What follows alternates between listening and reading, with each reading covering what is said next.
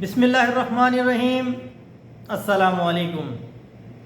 حضرت عمر فاروق رضی اللہ تعالی عنہ کی شہادت کا قصہ۔ عمر کے آنے سے کفر پر جو زوال آیا کمال آیا۔ دوستو، حضرت عمر فاروق رضی اللہ تعالی عنہ فجر کی نماز آپ پڑھا رہے تھے کہ ایک مجوسی غلام ابو لولو اس نے چھپ کر حضرت عمر فاروق رضی اللہ تعالی عنہ پر حملہ کیا، اور جس خنجر سے اس ظالم انسان نے حضرت عمر پر حملہ کیا وہ زہر آلود تھا۔ اس نے 7 بار نماز میں حضرت عمر پر کیے۔ کتنی ہمت تو نہیں تھی نا کہ وہ سامنے سے آ کے حضرت عمر پر حملہ کر سکے۔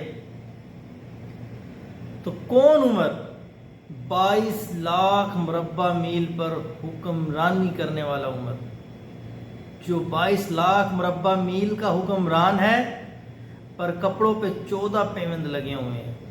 کون عمر؟ جو 22 لاکھ مربع میل کا حکمران ہے اور مسجد نبوی میں گارا کی بنی ہوئی اینٹ کو تکیہ بنا کے سو جاتا ہے۔ دوستو، خنجر کیونکہ زہر آلود تھا اور آپ نے محسوس کر لیا تھا کہ اللہ جل شانہ سے ملاقات قریب ہے، چنانچہ آپ کو گھر لے جایا گیا۔ آپ کا سر مبارک آپ کے فرزند حضرت عبداللہ بن عمر کی جھولی میں تھا۔ تو آپ نے اس وقت دیکھیں جی، حضرت عمر کون ہے جی؟ 22 لاکھ مربع میل کے حکمران ہیں، جو عشرہ مبشرہ میں ہیں، حضور صلی اللہ علیہ وآلہ وسلم سے جنت کی بشارت لے چکے ہیں۔ آپ اپنے اس آخری ٹائم میں اپنے بیٹے حضرت عبداللہ کو کہتے ہیں کہ میرے سر کو زمین پر رکھو۔ آپ نے حضرت عمر کا سر اپنی گود سے اٹھا کر اپنی پنڈلی پر رکھ دیا۔ تو حضرت عمر جلال میں آ جاتے ہیں، اس وقت غصے میں آ جاتے ہیں اور کہتے ہیں کہ سنتے نہیں ہو میں کیا کہہ رہا ہوں؟ میرا سر زمین پہ رکھو اور میں قربان جاؤں۔ کیا اللہ نے ہمیں حکمران عطا کیے تھے۔ آپ حضرت عمر فاروق زمین پر، اللہ اکبر، اپنا سر کو زمین پر رکھتے ہیں اور اپنے چہرے کو مٹی میں لوٹ پوٹ کر لیتے ہیں، اور اللہ جل شانہ کی طرف اپنا سر اٹھا کے کہتے ہیں کہ اے رب العزت، تو نے اگر عمر کو معاف نہ کیا تو میرا کیا بنے گا؟ کون ہے جی 22 لاکھ مربع میل کے حکمران ہیں، عدل و انصاف کے پیکر ہیں، اور کہہ رہے ہیں کہ اگر تو نے عمر کو معاف نہ کیا تو عمر کا کیا بنے گا؟ ساتھ میں حضرت علی کرام اللہ وجہ رضی اللہ تعالیٰ عنہ اور ان کے فرزند حضرت حسن ساتھ کھڑے ہوتے ہیں۔ تو حضرت علی فرماتے ہیں کہ عمر، موت سے ڈر رہے ہو؟ تو میں قربان جاؤں، حضرت عمر فاروق عشرہ مبشرہ میں ہونے کے باوجود فرماتے ہیں کہ موت سے نہیں ڈر رہا علی، موت کے آگے کا جو مرحلہ ہے اس سے ڈر رہا۔ تو آپ اور میں سوچے کہ ہم نے کیا تیاری کی ہوئی ہے اپنی، یعنی جنت کی بشارتیں لے کر۔ کون عمر؟ میرے نبی نے فرما دیا میرے بعد کوئی نبی ہوتا تو عمر ہوتا۔ کون عمر؟ اسلام کا فرزند عمر۔ کون عمر؟ جس نے اسلام کو 4 چاند لگا دیے۔ کون عمر؟ جس نے فرمایا کہ دریائے دجلہ کے کنارے اگر کتا بھی پیاس سے مر گیا تو اس کا حساب اللہ عمر سے لے گا۔ ہیں جی، وہ فرما رہے ہیں کہ آگے کی منزل سے ڈر لگ رہا ہے۔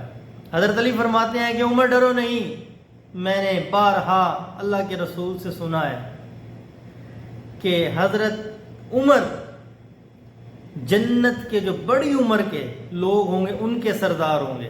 جنت کے جو نوجوان ہیں ان کا سردار تو امام حسن حسین ہے نا جی۔ اللہ کے رسول نے فرمایا کہ جو جنت کے بڑی عمر کے لوگ ہوں گے ان کے سردار حضرت عمر فاروق ہوں گے۔ حضرت عمر فاروق فرماتے ہیں کہ تم گواہی دیتے ہو؟ حضرت علی کرام اللہ وجہ رضی اللہ تعالیٰ عنہ فرماتے ہیں کہ میں بھی گواہی دیتا ہوں اور میرا بیٹا حسن بھی گواہی دیتے ہیں۔ آپ اپنے بیٹے عبداللہ بن عمر سے فرماتے ہیں کہ عبداللہ جاؤ اماں عائشہ کے پاس اور ان سے اجازت طلب کرو کہ اماں جان، میرے والد نے درخواست کی ہے کہ وہ اپنی آخری آرام گاہ اپنے یاروں کے ساتھ چاہتا ہے، اپنے یاروں کے ساتھ آخری آرام کرنا چاہتا ہے، اور فرمایا کہ عبداللہ امیر المومنین نہ کہنا، امیر المومنین نہ کہنا، عمر کہنا، عمر، میں اب امیر المومنین نہیں رہا۔ عبداللہ بن عمر جاتے ہیں عائشہ کے دروازے پہ، دستک دیتے ہیں، جواب آتا ہے کون؟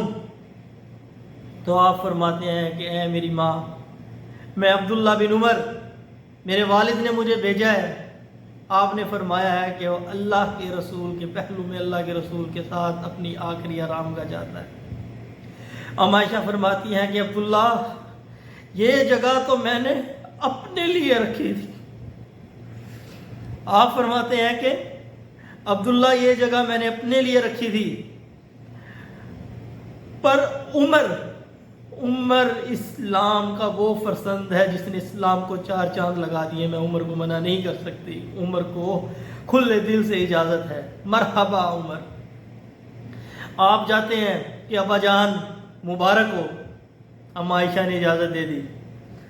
آپ فرماتے ہیں نہیں، شاید میری شرم سے اجازت دے دی ہو، میں جب مر جاؤں تو ان کے دروازے پہ مجھے لے جانا اور پھر اجازت طلب کرنا، ہو سکتا ہے پھر ارادہ بدل دیں، اجازت ملے تو اندر لے جانا، ورنہ عام قبرستان میں مجھے دفن کر دینا۔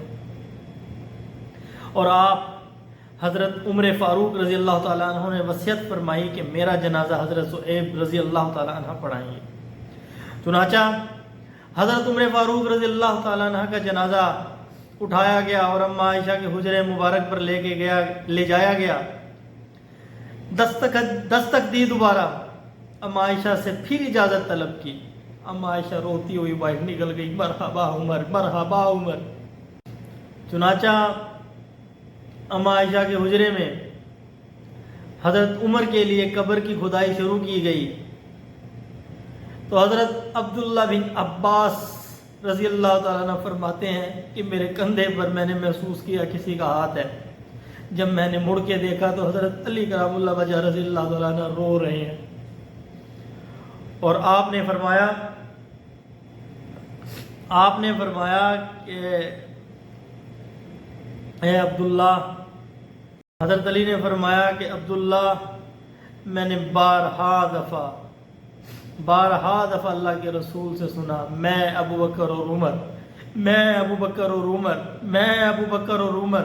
مجھے یقین تھا کہ اس جگہ پہ تیرے سوا کوئی بھی نہیں آ سکتا۔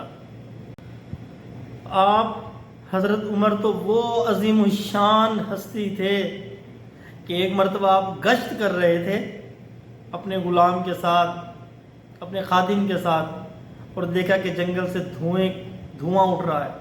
آپ وہاں پہنچے تو وہاں پر بچوں کے بلبلانے کے رونے کی آواز سنی،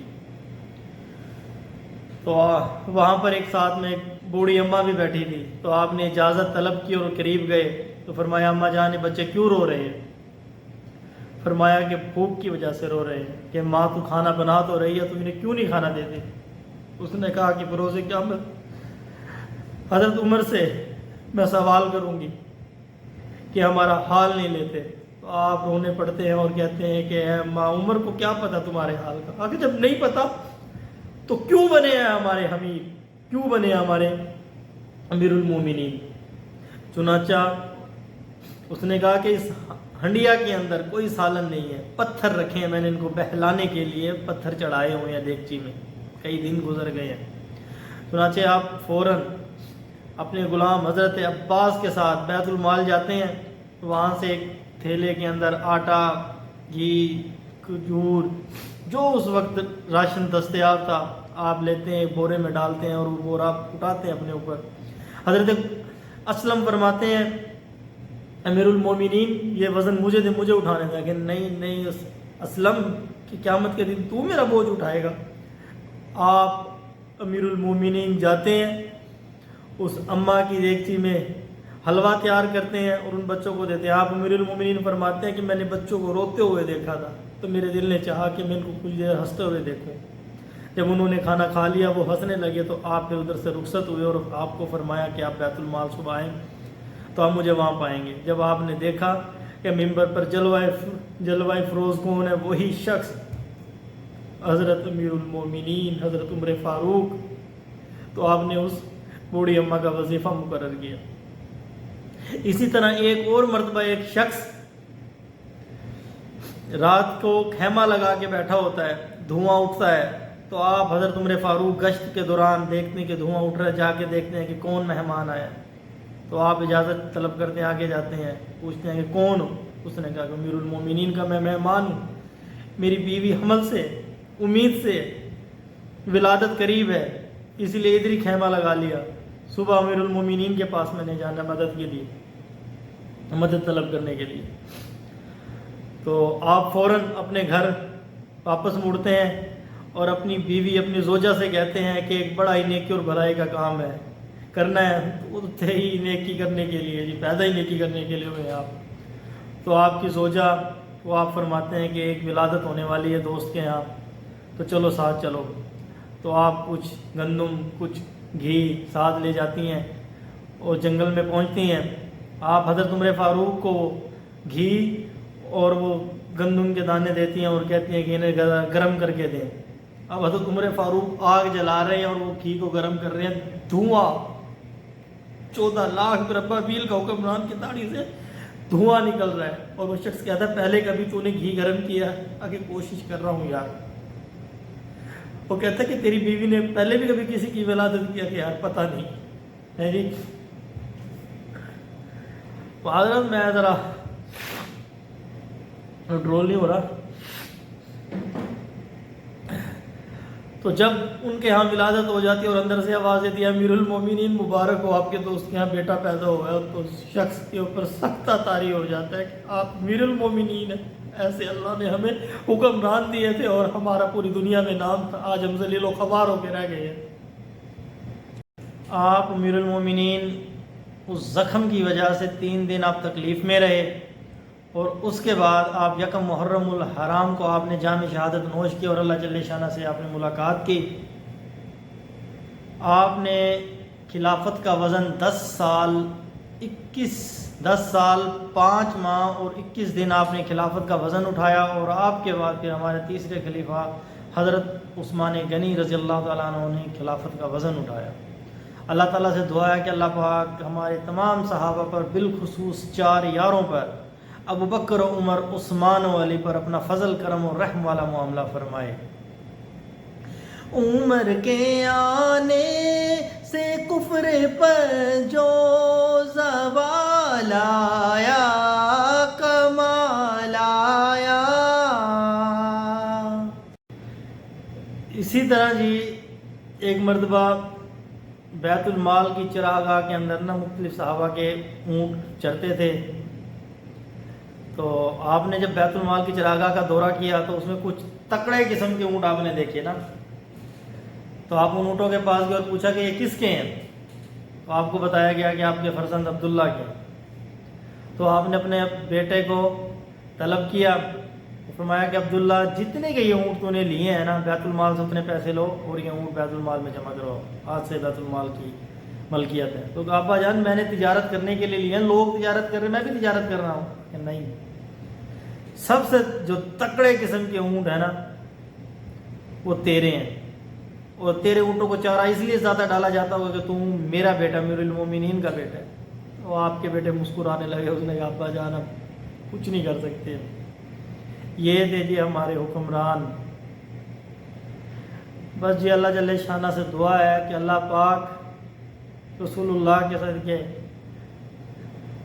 ہمیں حضور کی سیرت کے مطابق اللہ پاک زندگی گزارنے والا بنا دے، صحابہ کرام کی طریقے کے مطابق ہمیں زندگی گزارنے والا بنا دے۔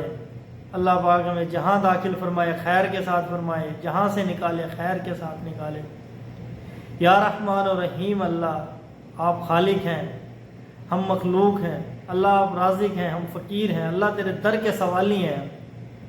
میرے مولا تیرے نبی کے زمانے میں کسی کو بھوک لگتی تھی، کسی کو پریشانی ہوتی تھی، تیرے نبی کے نورانی چہرے کو دیکھتے تھے، بھوک پیاس مٹ جاتے تھے، ہم کدھر جائیں؟ اللہ تو ہمارے حالوں میں رحم فرما، ہمارے ملک پاکستان پہ رحم فرما، کرم فرما میرے مولا۔